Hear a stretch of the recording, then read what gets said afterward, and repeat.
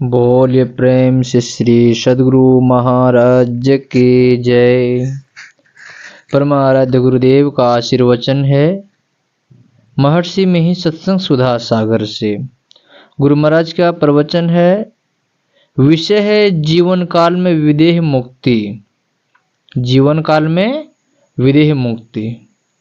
धर्म अनुरागनी प्यारे जनता, हम लोग जितने हैं सबके सब बंधनों में पड़े हैं। हमारे ऊपर शरीर और संसार का बंधन है।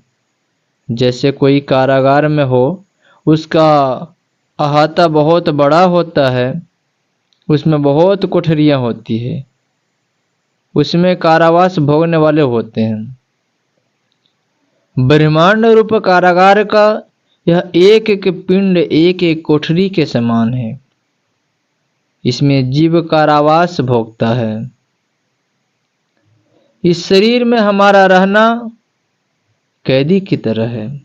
यही कारण है कि संसार की परिस्थिति के कारण बड़े हो या छोटे सबके सब दुख का अनुभव करते हैं।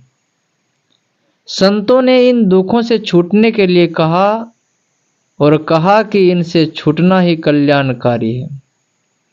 इसके लिए संत लोग जो रास्ता बतलाते हैं उस पर चलिए। गोस्वामी तुलसीदास जी ने कहा है, संत पंथ अपवर्ग कर, कामी भव कर पंथ, कहि संत कवि कोविद, श्रुति पुराण सदग्रंथ।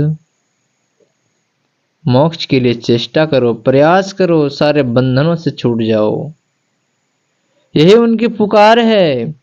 बंधन में रहने के वास्ते उसका बीज या अंकुर तुम्हारे अंदर है, ऐसा संतों ने कहा है। अपना अंदर शुद्ध करो, बीज को नष्ट करो तो तुम बंधन से छूट जाओगे।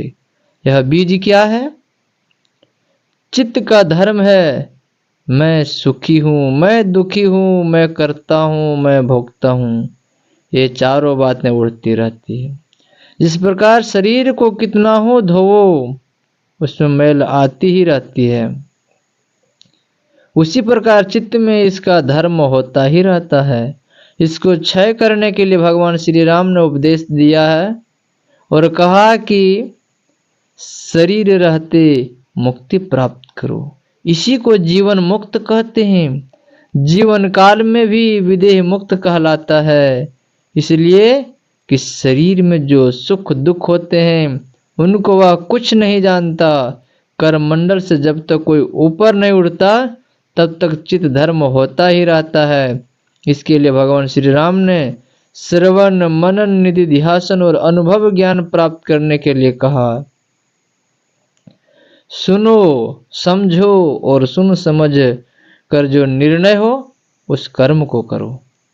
कर्म करते करते कर्म का अंत होगा, तब अनुभव होता है, तभी चित्त का धर्म छूटता है या उसी तरह साधा जाता है जिस तरह कोई किसी विद्या का सीखने का अभ्यास करता है।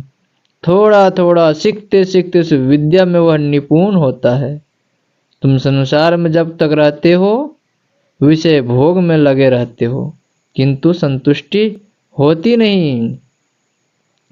संतुष्टि नहीं तो सुख कहाँ?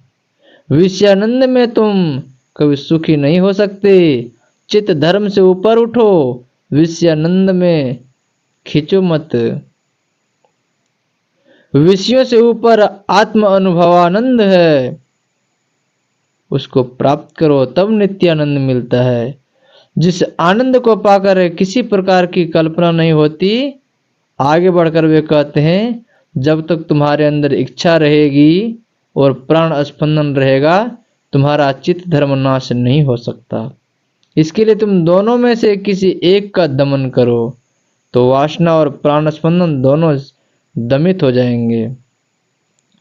प्राण का अर्थ है प्राणवायु नहीं जानना चाहिए। प्राण का अर्थ प्राणवायु नहीं जानना चाहिए। फेफड़े में जो वायु खींचने और फेंकने का काम जिस जीवनी शक्ति से होता है वह प्राण है। जो वायु उससे संबंधित होती है वह प्राण वायु है। उसके स्पंदन को रोको या इच्छा को दबाओ, दोनों में से किसी को रोको तो दोनों रुक जाएंगे। प्राण में स्पंदन होने से मन में कुछ न कुछ भाव उत्पन्न होता है। इच्छा को रोको, यह सरल तरीका है। इच्छाओं को रोकने के लिए ध्यान सरल उपाय है। एक और मन को लगाने से जहाँ मन लगाते हैं वहां से मन भागता है, फिर लौटा लौटा कर उसी स्थान पर लाते हैं। यह प्रत्याहार है। बारंबार प्रत्याहार होते होते धारणा होती है और फिर ध्यान होता है। पूर्ण सिमटाव होने से उदरगति होती है। उदरगति होने से आवरणों का छेदन होता है। तब चेतन आत्मा सब आवरणों को पार कर ऊपर उठ जाती है। यही मोक्ष है। इससे क्या होता है? परमात्मा को पाता है। आवरणहीन हो जाने से जैसे मठाकाश, घटाकाश और महदाकाश एक ही होता है, उसी तरह उपाधिहीन या आवरणहीन होने पर चेतन आत्मा अपने को पाती है और परमात्मा को भी पाती है। इस अवस्था को जिसने प्राप्त किया वह फिर मरता नहीं। इस अवस्था का मरना जो नहीं मरता वह संसार में फिर जन्मता मरता है। कबीर साहब ने कहा है, मरिए सो मर जाइए, छूटी पड़े जंजार, ऐसी मरने को मरे दिन में 100 बार। जैसे जैसे इच्छाओं से छूटता जाता है वैसे वैसे प्राण स्पंदन रुकता है। भीतर भीतर चलने से इच्छाओं की निर्वृत्ति होती है। प्राण स्पंदन रुद्ध हो जाता है और एक बिंदुता प्राप्त हो जाने पर प्राण स्पंदन बिल्कुल बंद हो जाता है। इसी के लिए संत कबीर साहब ने मृतक होने के लिए कहा। ध्यानाभ्यासी स्थूल शरीर से सूक्ष्म शरीर में प्रवेश करता है, फिर सूक्ष्म से कारण में और कारण से महाकारण में प्रवेश करता है। इस प्रकार जड़ के चारों शरीरों को त्याग कर अपने स्वरूप में आता है, फिर चेतन शरीर को भी छोड़कर परमात्मा में विलीन होता है। यही पूरा पूरा मरना है। इस प्रकार जो मरता है वह फिर कभी मरता नहीं। अपने अंदर जो मानस जप और मानस ध्यान करता है और पूर्ण सिमटाव के लिए यत्न करता है, ये यत्न एक बिंदुता प्राप्त करने के लिए है। स्वामी विवेकानंद ने कहा, तुम अपनी दृष्टि को अंतर्मुखी बनाओ, साधु का संग करो, अध्यात्म विद्या की शिक्षा ग्रहण करो। अध्यात्म विद्या की शिक्षा बिना साधु संग के नहीं होगा, इसलिए साधु संग करो, उनसे अध्यात्म विद्या सीखो, प्राण स्पंदन निरोध और वासना परित्याग करो।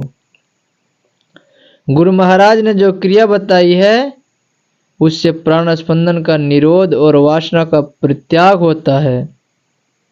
जिसको यह युक्ति मालूम है उसे नित्य करना चाहिए, कभी गाफिल नहीं होना चाहिए। साधु संग, वासना परित्याग, प्राण स्पंदन निरोध और अध्यात्म विद्या की शिक्षा, यही चारों आत्मज्ञान को प्राप्त करा सकते हैं। भगवान श्री राम ने हनुमान जी को उपदेश दिया कि तुम मेरे अशब्द, अरूप, अस्पर्श, अगंध और गोत्रहीन दुख हरण करने वाले रूप का नित्य भजन करो। लोग स्थूल सौंदर्य में आसक्ति रखते हैं, किंतु यदि सूक्ष्म के बिंदु रूप सौंदर्य को प्राप्त करे तो स्थूल सौंदर्य स्वतः छूट जाएगा और वह जब कारण के दिव्य सौंदर्य को प्राप्त करेगा तो सूक्ष्म का सौंदर्य भी छूट जाएगा। इस प्रकार कर्म कर्म से वह रूप से अरूप में चला जाएगा, फिर परमात्मा को प्राप्त करेगा। यम ने नचिकेता को समझाया कि मनुष्य को बहुत शुद्ध होना चाहिए। ब्रह्मवत परिशुद्ध नहीं होकर कोई परमात्मा को प्राप्त नहीं कर सकता। इसलिए झूठ, चोरी, नशा, हिंसा और व्यभिचार मत करो। खान पान सात्विक होना चाहिए। जो सात्विकता के लिए यत्न नहीं करता, रजोगुण और तमोगुण में फंसा रहता है और परमार्थ की ओर चलना चाहता है, तो वह वैसा ही होगा जैसे भूमि पड़ा वैसे जैसे भूमि पड़ा चह छुअन आकाशा कहा गया है। इसलिए खान पान को पवित्र रखो। खान पान का असर मन पर पड़ता है। यदि खान पान का असर मन पर नहीं पड़ता तो भांग खाने और शराब पीने से मस्तिष्क क्यों गड़बड़ा जाता है। खान पान को पवित्र रखो, संतों के कहे अनुकूल चलो, कल्याण होगा। श्री सद्गुरु महाराज जी की जय।